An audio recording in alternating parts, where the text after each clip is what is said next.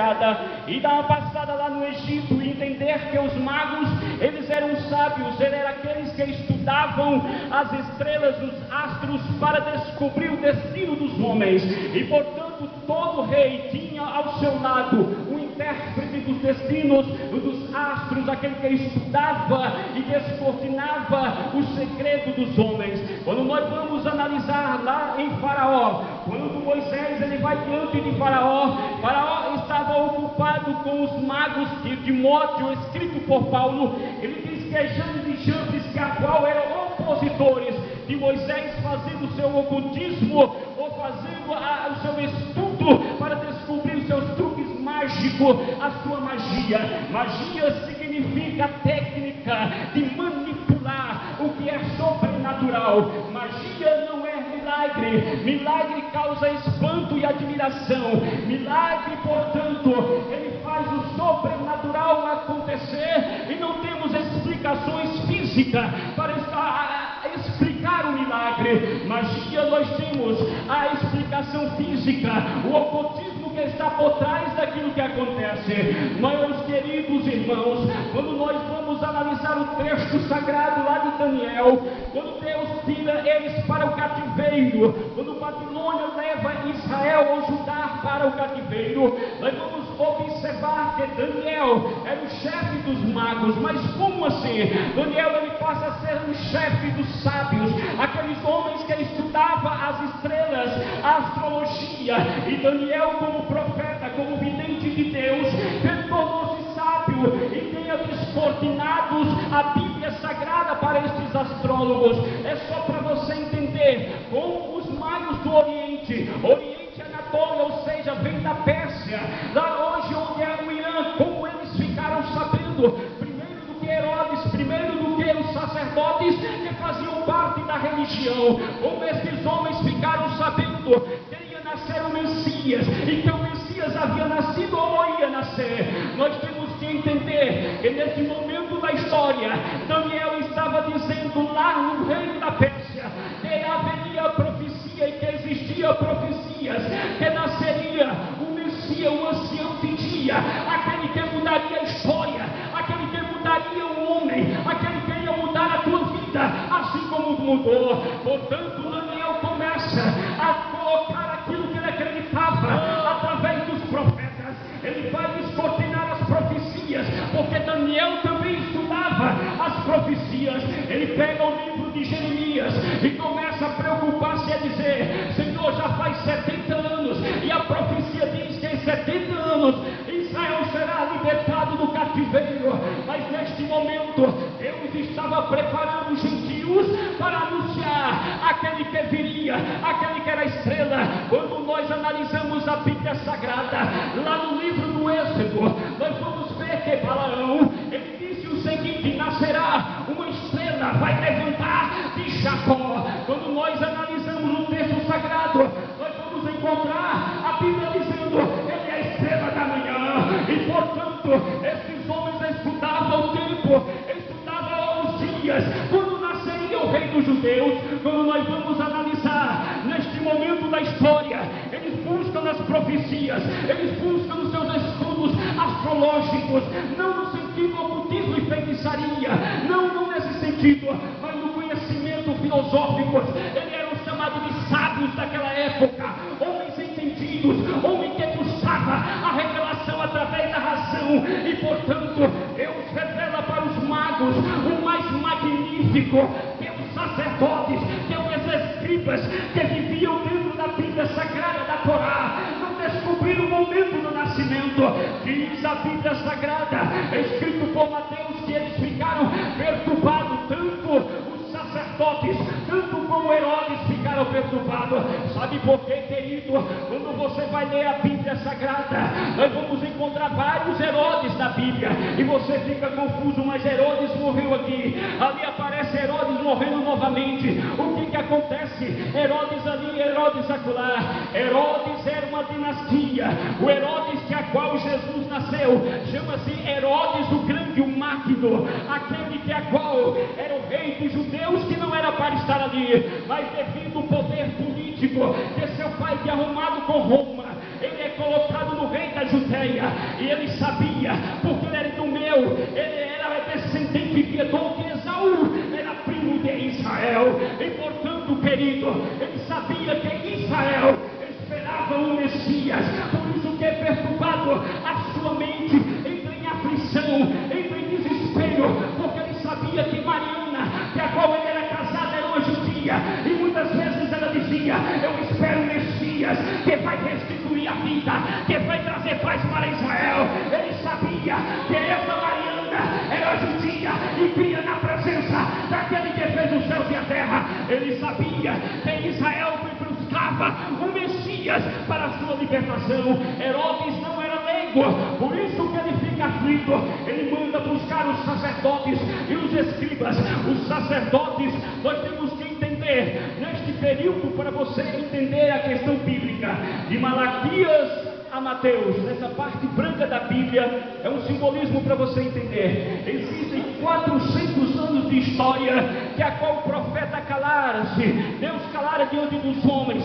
Deus não falava mais através de profecia, porque existia uma profecia que a voz que clama no deserto apareceria para ser o precursor do Messias, e profeta não se levantava. Nunca a história parou, nunca Deus parara, mas neste momento o profeta anunciando o Messias não existia ainda. Somente aquelas que foram profetizadas por Isaías, Jeremias, Ezequiel e os demais profetas. E neste momento da história, com alguns acontecimentos, nós sabemos que os sacerdotes, eles vinham da linhagem de Levi, e nesse momento da linhagem de Levi, somente eles poderiam descortinar a Bíblia Sagrada, buscar uma resposta para os homens e fazer o sacrifício. Só porém que nesse período dos 400 anos, Levi foi levado embora, como nós sabemos, para o cativeiro. Foi desmantelado toda a organização sacerdotal. Os homens compravam a sua posição por dinheiro, simonia, comprar o seu cargo.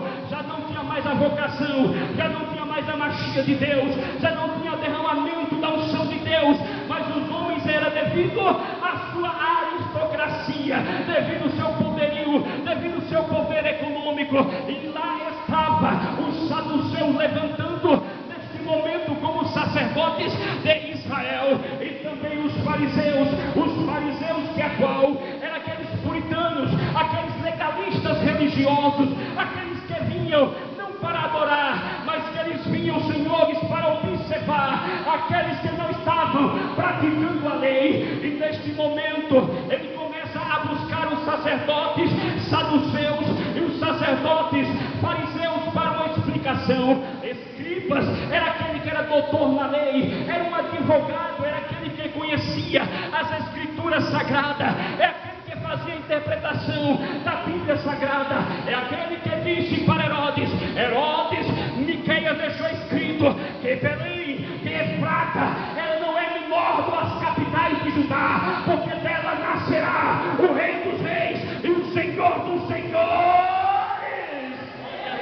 Oh, aleluia!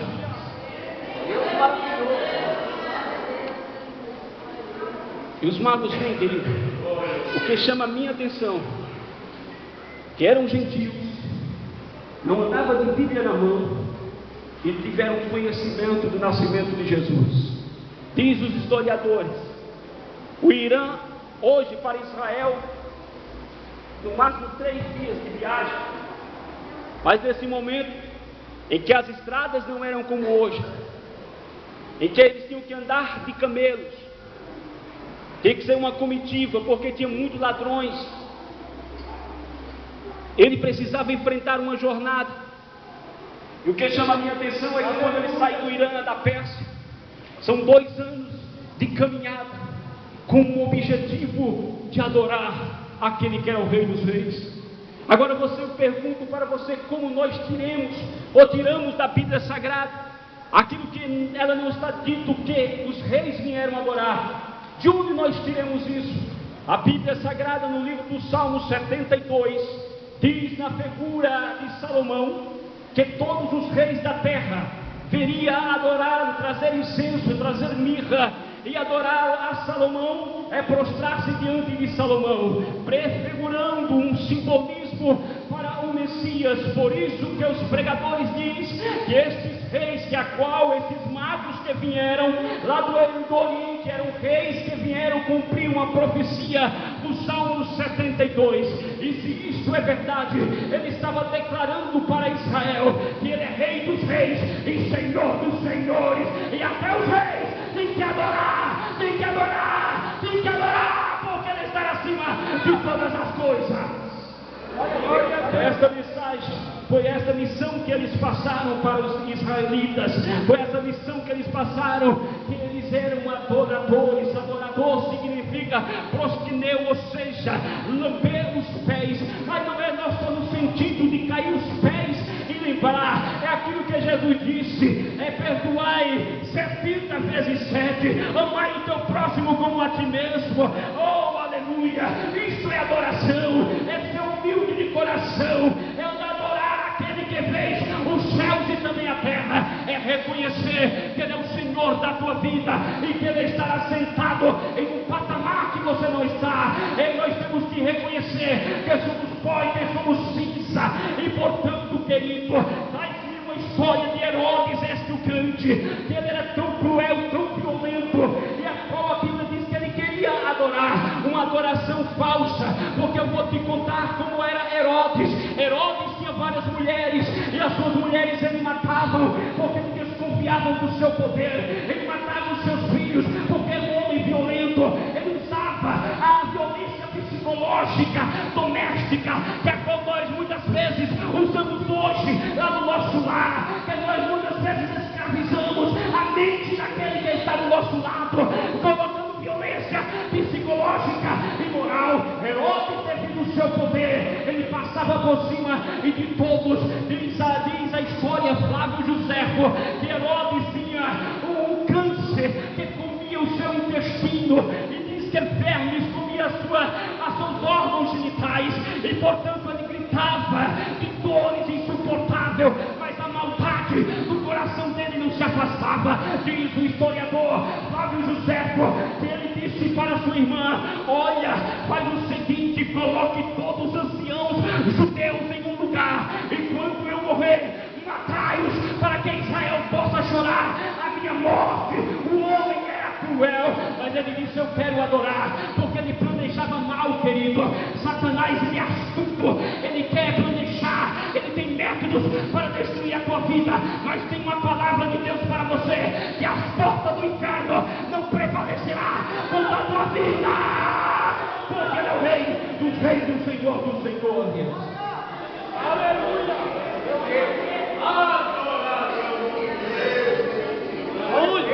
Ele disse: sábios, vem aqui, por favor.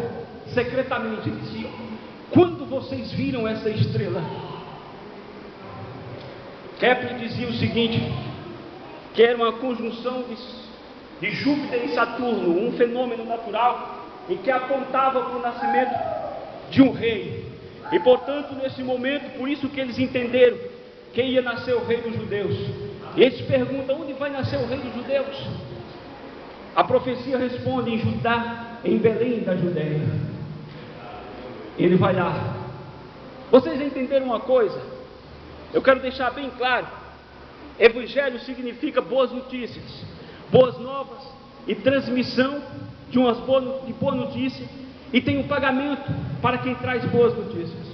Quando você vai observar dentro do texto sagrado, de uma forma geral, alguns mensageiros eles tinham suas recompensas por levar boas notícias ou más notícias. Uma vez Davi levaram uma má notícia para ele, chegaram um moço e disse assim: Davi, eu tenho uma boa notícia para você. Ele abriu seu ouvidão e disse: fala. Mataram Saul, e quem matou Saul foi eles. Você tem um pagamento pela tua notícia má, você vai morrer. Mas portanto tinha outros que traziam boas notícias e era recompensado. Eu quero dizer que o evangelho, que a partir do momento que adentrou na sua vida, Deus não deixa você sem pagamento.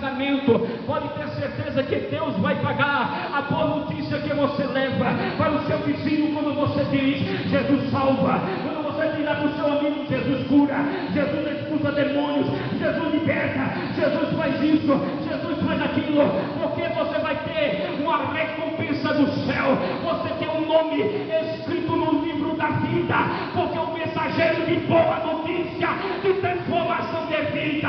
Oh, aleluia! Cadê os adoradores? Você não precisa ser mecânico, querido. Você adora a Deus de livre e espontânea vontade.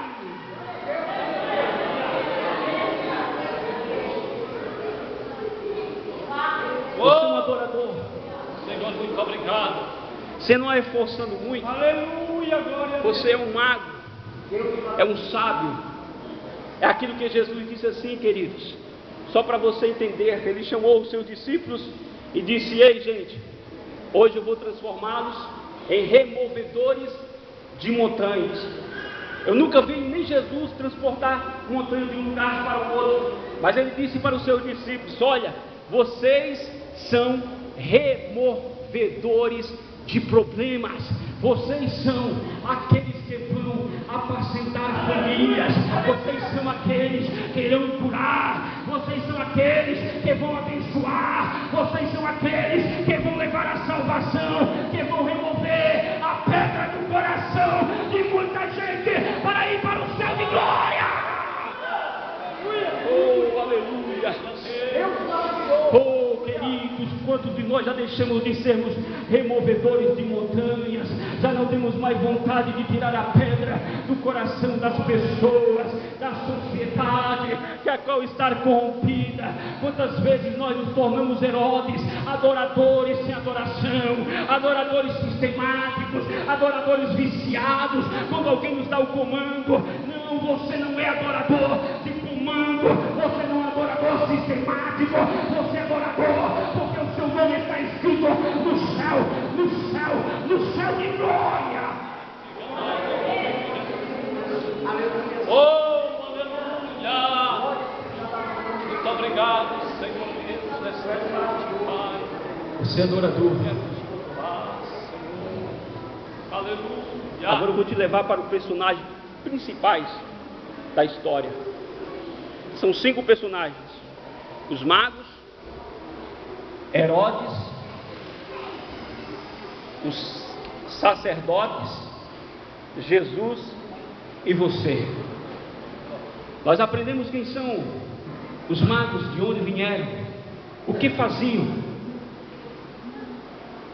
para entender a questão do Messias.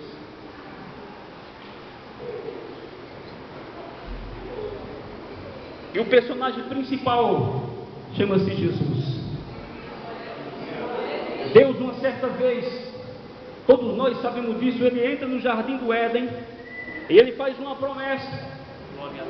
Ele disse assim: mulher, do teu ventre nascerá um que pisará na cabeça da serpente. Ele não disse assim: mulher, você pregador, você vai nascer para pisar na cabeça da serpente. Ele disse: mulher, Eva, do teu ventre nascerá um que vai pisar a cabeça da serpente. A irmã Eva, ou a mãe Eva, não entendeu no momento a profecia, a promessa de Deus. Talvez naquele momento ela queria que fosse o filho mais próximo, que a qual chamava Sete, ou talvez Abel, ou outros filhos que ela tivera, que veria consolar os homens dos seus pecados.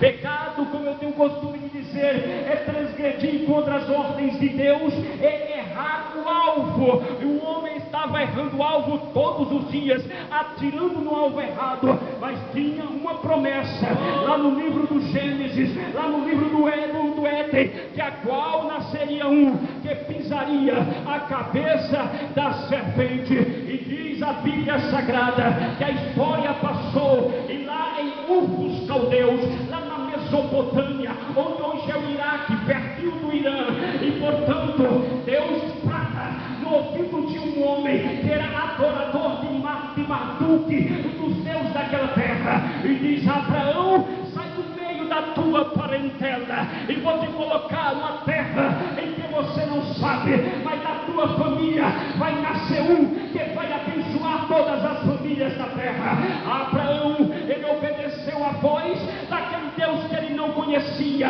uma voz quebrada, um Deus que ele não conhecia, através de estatuetas de bronze, de prata e de ouro, ou de animal, e portanto ele começa a obedecer esta voz. Mas Abraão tinha uma dificuldade, a sua mulher era estéril, e ele disse: mas Deus, a minha mulher tem uma dificuldade que a medicina nesse momento não consegue, ela não alcançou ainda este momento da história para trazer um filho. Não, Senhor Deus. Deus disse: não, Abraão, não se preocupe, porque eu sou teu amigo, o Deus da justiça. Não coloque isso no seu coração, porque no momento certo eu vou abrir o ventre de Sara e ela terá um menino. Nasce Isaac, o abençoado de Deus, a promessa de Deus. Abraão fica jubilante, alegre na sua presença. Você não entende um Deus que a qual nós servimos. Ele dá um menino, chega no certa idade, ele disse: agora eu quero um menino. Vai até um monte que eu vou te mostrar. E neste monte, lá no Monte Moriá, ele começa a ir às montanhas de Israel. Ele alcança o Monte Moriá. Ele disse: Isaac, é aqui que nós vamos adorar ao Deus que fez os céus e também a terra. E naquele momento nós sabemos, quando ele faz o sacrifício, o Deus da providência. E para aproveitar, o Deus da providência está entrando na tua vida hoje, para a glória do Deus que fez os céus e a terra. A voz brada e diz: olha, Abraão, não faça isso. Olha para o lado e vê um carneiro preparado para o holocausto, para o sacrifício, porque eu não aceito sacrifício de morte humana. Não, senhores. E portanto, a Bíblia diz que a história continua. Isaac tiveram seus filhos, nasce Jacó, o usurpador, como nós conhecemos muito pregando, aquele que usurpava, aquele que enganava, aquele que trazia na sua história, na psicologia hebraica, um homem que era usurpador, um homem que era enganador, precisava mudar a sua história. Ele começa, quando ele vem lá da Mesopotâmia, lá de Arã, ele vem rico para a presença do seu irmão, e no Val de Jaboque ele encontra-se com um homem, e ele começa a lutar com aquele homem. Soco vai, soco vem, e ele não prevalecia contra aquele homem, e o soco vai, o soco vem. Ele começa a dizer: mas que homem é este? Que homem é este? E o anjo começa a dizer: olha, qual é o teu nome? O teu nome é Jacó. De hoje em diante não é mais Jacó, mas será Israel, príncipe de Deus, que lutaste com Deus. Ora, irmão, lute com Deus, lute na oração com Deus, busque a Deus. Oh, aleluia, aleluia, aleluia. Temos que aprender a lutar com Deus. Os homens só foram vitoriosos porque eles lutaram com Deus. Não é como nós temos uma adoração fanática. Meu Deus, que é isso? Eles lutavam com Deus. Glória seja dada ao nome de Jesus. Eu não estou dizendo pegar uma espada e uma arma para lutar com Deus, mas lute com a sua oração, lute com sua adoração, lute com sua vida. Seja um adorador nato. Deixa eu te contar uma coisa: missão precisa de uma engrenagem, de uma catraca. A sociedade existe uma catraca que ela precisa funcionar. E nós vamos ver que a sociedade tem instituições políticas que tomam a sua função de organizar a sociedade, as leis dos homens, para que o homem viva bem em sociedade. Imagine um homem sem leis, sem uma sociedade organizada. Como seria destrutivo vivermos juntos. Nesse momento, até aqui mesmo na igreja, alguém dizer: não, quem vai pregar hoje aqui sou eu. O outro: não, ali sou eu. Quem vai dirigir o culto sou eu. Se não tivesse uma organização dentro das instituições. A política tem a sua organização, as suas normas, as suas leis. As escolas, a família tem as suas normas, as suas instituições, as suas leis dentro de cada instituição dessa, que precisa funcionar como uma catraca, como uma engrenagem, para que a sociedade vá bem. A missão, ela precisa funcionar bem na sua vida, para que possa funcionar lá na tua casa, para funcionar na sociedade. um crente que a qual não tem engrenagem com o céu, que não tem engrenagem com a palavra de Deus. Os outros dizem que essa catraca está quebrada, ela precisa de uma engrenagem com o Espírito Santo. Você tem que acordar e dizer: bem-vindo Espírito Santo, leve-me em paz para o meu trabalho, meu amigo Espírito Santo, andar com o Espírito Santo. Eu não sei se eu sou louco, irmãos, mas eu começo a andar com Deus e dizer: Jesus, fica aqui pertinho de mim, Espírito Santo, vem aqui, meu amigo, eu nunca te vi, mas eu posso te sentir. Oh, aleluia! Você precisa se engrenar nesta amizade, nessa sociedade com o Espírito Santo, para ser amigo de Deus, para andar para o céu, para comprar, para libertar as vidas que estão corrompidas, e não olhar para as vidas e as vidas dizer: esta catraca está enferrujada, esta catraca eu não quero ser como ela, mas eu quero ser um verdadeiro adorador, uma verdadeira adoradora que leva o Evangelho guardado no meu coração. Seja um sábio entendido de adoração naquele que compraste a tua vida lá na cruz do Calvário. Aleluia, meus queridos. E quando chega um momento em que Israel buscava um Messias, Israel não buscava um Messias, Deus. Messias vem da palavra Machia, que significa untar, ungir. E se ungia somente o sacerdote, o rei e os profetas. Ele não buscava um Messias que era divino, um Messias que vinha do céu, como nós adoramos hoje. Por isso a dificuldade de Israel aceitar a este Jesus que a qual nós adoramos nesta noite. Mas portanto a Bíblia diz, lá no livro de Mateus, Mateus é aquele que traz a questão messiânica, provar que Jesus era Deus, que ele era messiânico. Por isso a preocupação dele sempre na linhagem, na descendência, sempre mostrando nas profecias. O maior profeta do Antigo Testamento, no Novo Testamento é Mateus, é sempre declarando quem era Jesus. É como o irmão leu a palavra hoje, eu não sei se você entendeu ou se você ouviu, quando Zaqueu dizia assim: quem é Jesus? Porque Jesus tinha muitos naquele momento da Galileia, da Palestina, mas este Jesus que a qual estou pregando nesta noite, existia aquele que estava escrito nas profecias, e portanto, quando ele abre a Bíblia Sagrada, as cortinas dos céus, ele vem até Maria e disse: Maria, bendita entre as mulheres, de ti nascerá o Salvador do mundo, aquele que vai remir Israel.